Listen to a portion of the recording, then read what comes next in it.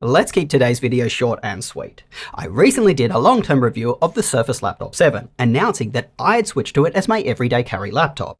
This is huge because a perk of this job is that I get to choose any laptop that I want. It really is a good perk. So choosing to pick up a specific laptop out of the hundreds I have access to means that it is top tier. Anyway, a friend of mine at Lenovo saw the video and thought that I just hadn't properly given their Slim 7X a shot. So, for the last couple of weeks, I ditched my Surface laptop and switched over to it. Well, today, I'm going to share my thoughts on what it is like to own and use the Slim 7X, what makes it stand out, and all the gotchas that you'll want to be aware of if you're considering buying one. The display is one of the best I've seen in a small and light laptop. It's a large 14.5-inch panel that gets very bright. I had no issues using it in a variety of lighting conditions, and its high resolution means that content on screen looks nice and crisp. This made it easy to see small text and have lots of windows open. People like programmers, data scientists, or those working in finance will definitely appreciate this. The screen also ticks a ton of other boxes. It has a wide color gamut, it is a touchscreen, and it has a decently fast refresh rate of 90 Hz. So content moving on screen looks nice and smooth. But there is one other thing that really stood out to me about this laptop's display. It is an OLED panel that just doesn't suffer from the issues of most OLED panels that we've tested this year. Most of them just don't get brighter than 400 nits, and they have a bad screen door effect. That means that when you look at white content closely, you can see colored dots poking through. I find that very annoying. Anyway, on this screen, you're getting the benefits of an OLED display, including true blacks, high contrast, and no backlight bleed, without the downsides.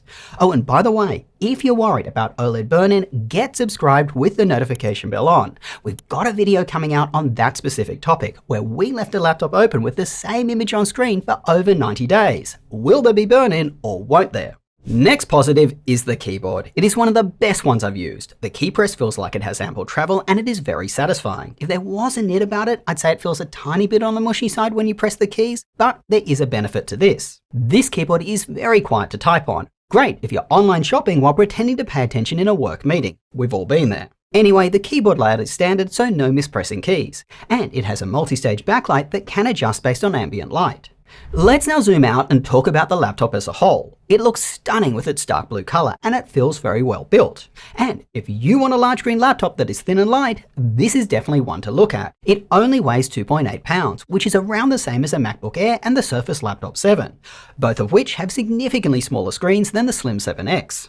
Now, this laptop has a Snapdragon X Elite processor, and Qualcomm made us a lot of promises when these were released, either through paid advertising or paid YouTube videos. Their main claims were excellent performance, no more heat you feel or fan noise, and all-day battery life. In reality, their laptops delivered on 2 of these, but not all 3.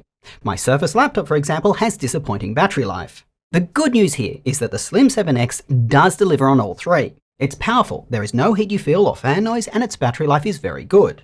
This is likely aided by its large 70 watt-hour battery. I was able to consistently get through a full day of work, of office tasks, writing documents, responding to emails, and that sort of thing. But after that, the laptop was pretty dead.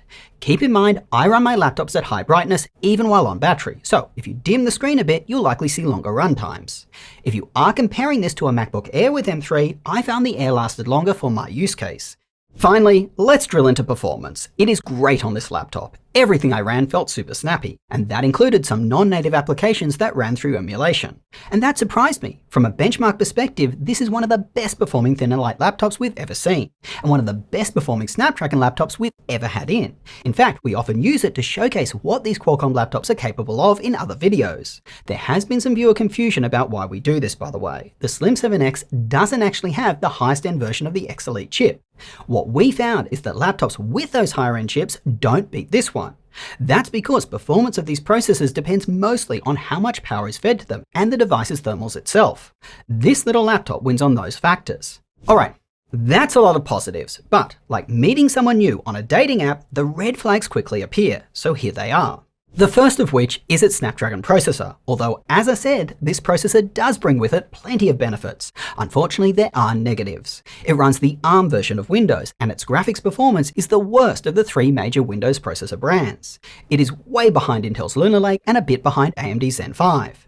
Back on Windows on ARM, many applications just don't run on it. For me, the game I play, League of Legends, does not run at all, and neither does my DJ software Rekordbox. This alone means that I could never use this laptop as my only device. I can only use it if I have another laptop or desktop to cover my gaming and DJing addiction. And FYI, stating the obvious, both these issues are a problem with all Snapdragon laptops right now. The next issue for me is that the cheap feeling trackpad in this laptop just brings down the overall experience of using the device. The trackpad surface is very slippery, which made it hard for me to be accurate on. It's also a mechanical one that has a very loud click to it. That's when you press it. For those that do not use tap to click, this will undo what we said earlier about being able to shop online incognito in a work meeting. And I encountered palm rejection issues where the cursor just jumped to a random location and caused me to swear out loud in frustration. Compared with similarly priced laptops from HP, Microsoft, and Apple, all of them have haptic trackpads of a noticeably higher quality than the mechanical one in this laptop. Look, I don't want you to think this trackpad is atrocious. It is not. Sierra, for example, found it fine. She is wrong. Jokes aside, the trackpad was the biggest thing preventing me from wanting to pick this laptop up and take it with me to work each day. I ended up predominantly using it plugged into an external mouse. And this brings me to my next complaint. It doesn't have a USB-A port. To plug in my mouse, which uses USB-A, and most do, I had to use this laptop with a dongle. This was just annoying. It also doesn't have a headphone mic combo jack, which didn't bother me, but may bother some. I am some. Editing with Bluetooth headphones was awful. It resulted in a lag that just wasn't viable. The port situation though isn't all negative. There are 3 USB-C ports that all support fast 4.0 speeds and charging. And since one of the ports is on the right side, you can charge the laptop from either side, which is convenient. Speakers are not a strong point of this laptop. They will certainly do for a conference call as they do get very loud, but for music they almost completely lack bass and the sound itself sounds tinny.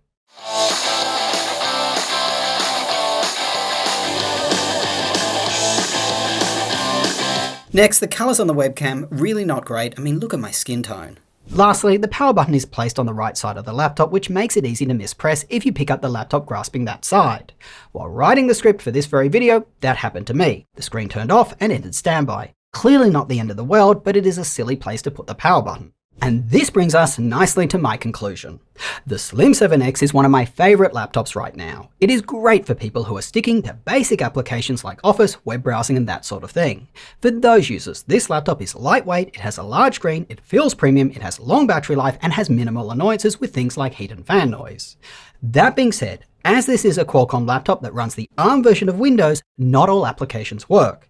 Some specialist applications I tried ran well, others did not run at all. And if you are intending to do any gaming on your laptop, this is not the one for you. For me personally, who does use a large variety of applications, this laptop is a great secondary device, but it could never be my sole computer. The way I use it is as my portable everyday carry for business management tasks and web browsing. But when I want to do video editing or gaming, I'm using a different laptop. If you are choosing between the 7X and the Surface Laptop 7, the 7X has a better display than the Surface and longer battery life, and it is more portable, especially for its screen size. The Surface though has a better trackpad and a more varied port selection. If you're not fussy about a trackpad, my advice is to get the Slim 7X, otherwise get the Surface. That being said, the competition is about to heat up with the launch of Intel's new Lunar Lake laptops. Make sure that you're subscribed to the channel with the notification bell on, as we have a ton of videos coming out on them, and we will certainly be comparing them to this laptop, the Slim 7X. If you want to find all the best deals on laptops or see the laptops that we recommend for various types of users, our website is the place to go.